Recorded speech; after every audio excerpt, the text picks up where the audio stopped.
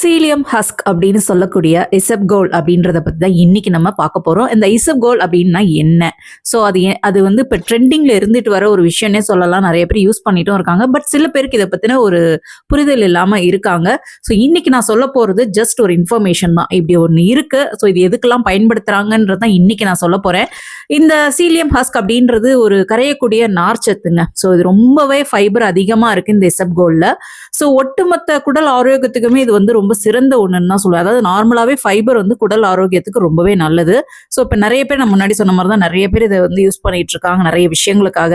இத வந்து கொஞ்சமா எடுத்து நீங்க தண்ணீல மிக்ஸ் பண்ணாலே கொஞ்ச நேரத்துல அது ஜெல் மாரி ஃபார்ம் ஆயிடும். ஸோ நீங்க வந்து தண்ணீல மிக்ஸ் பண்ணி இத குடிக்கும்போது, அந்த ஜெல் மாரி ஃபார்ம் ஆனது என்ன பண்ணும்னா, நம்ம குடல்ல இருக்கக்கூடிய கழிவுகள கொஞ்சம் கொஞ்சமா நகர்த்தி வெளிய தள்ளிடும். அதாவது கான்ஸ்டிபேஷன் பிரச்சனை ரொம்ப நாளா இருக்குன்றவங்கலாம் வந்து தாராளமா இத எடுக்கலாம் அப்டின்ற மாரி சொல்றாங்க. அதாவது பெட் டைம்ல எடுக்கிறது நல்லது. படுக்கிறதுக்கு முன்னாடி இத குடிச்சிட்டு படுத்தா மார்னிங் வந்து ஃப்ரீயா உங்களுக்கு மோஷன் போகும் அப்டின்ற ஒரு இத சொல்றாங்க. அதே மாதிரி வயித்து புண் பிரச்சனை உள்ளவங்க, அ கெட்ட கொழுப்பு அதிகமா இருந்து அதன் மூலியமா ஹார்ட் ப்ராப்ளம்ஸ் வர ரிஸ்க் அதிகமா உள்ளவங்க, அதே மாரி டயபெட்டிஸ் அன்கண்ட்ரோல்டா இருக்குன்றவங்கலாம் வந்து இந்த இசப்கோல வந்து தாராளமா எடுக்கலாம். இது வந்து நல்ல இம்ப்ரூவ்மெண்ட் குடுக்குது அப்படின்ற மாரி சொல்றாங்க. இன்னொன்னு உங்களுக்கு டைஜஷன் வந்து ப்ராப்பரா இல்ல அப்படின்னாலும் இத எடுக்கலாம். உங்களுடைய கட் ஹெல்த் உங்களுடைய குடல் ஆரோக்கியமா இருக்கிறதுக்கும் இத தாராளமா எடுக்கலான்ற மாரி சொல்றாங்க. முக்கியமா இரிட்டபிள் பவுல் சிண்ட்ரோம் பிரச்சனை உள்ளவங்களுக்கு இது நல்ல எஃபெக்டிவாவே இருக்குன்ற மாரியும் சொல்றாங்க. வெயிட் லாஸ்க்கு ட்ரை பண்றவங்கலாம் வந்து சாப்பிடுறதுக்கு அதாவது மீல்ஸ் சாப்பிடுறதுக்கு ஒரு 1/2 மணி நேரம் முன்னாடி இத தண்ணீல கலந்து குடிச்சிட்டு, அதுக்கப்புறம் ஒரு 1/2 மணி நேரம் கழிச்சு நீங்க சாப்பாடு சாப்பிடுறது பெட்டர். இது வெயிட் லாஸ்க்கு ரொம்பவே ஹெல்ப் பண்ணும் அப்படின்ற மாரியும் சொல்றாங்க. ஸோ நான் முன்னாடியே சொன்ன மாரி தான்.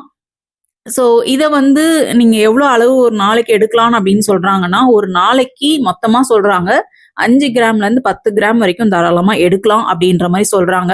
என்ன கேட்டீங்கன்னா, புதுசா ஸ்டார்ட் பண்றவங்க வந்து அளவு கம்மியாவே எடுத்து ஆரம்பிக்கிறது ரொம்ப நல்லது. ஏன்னா சில பேருக்கு இது ஒத்துக்காம கூட போகலாம்.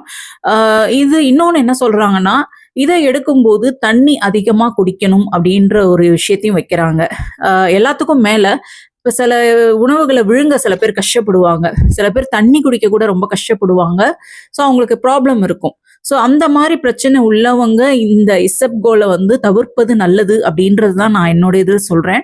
ஏன்னா அவங்களுக்கு சில சமயம் ஏன்னா இது ஜெல் மாரி ஃபார்ம் ஆயிடும்னு சொல்றாங்க. ஸோ இத அவங்க விழுங்க கஷ்டப்பட்டாங்கன்னா அடைச்சுக்கலாம். மூச்சு திணறல் இந்த மாரி பிரச்சனை ஏற்படுறதுக்கும் வாய்ப்புகள் இருக்கு.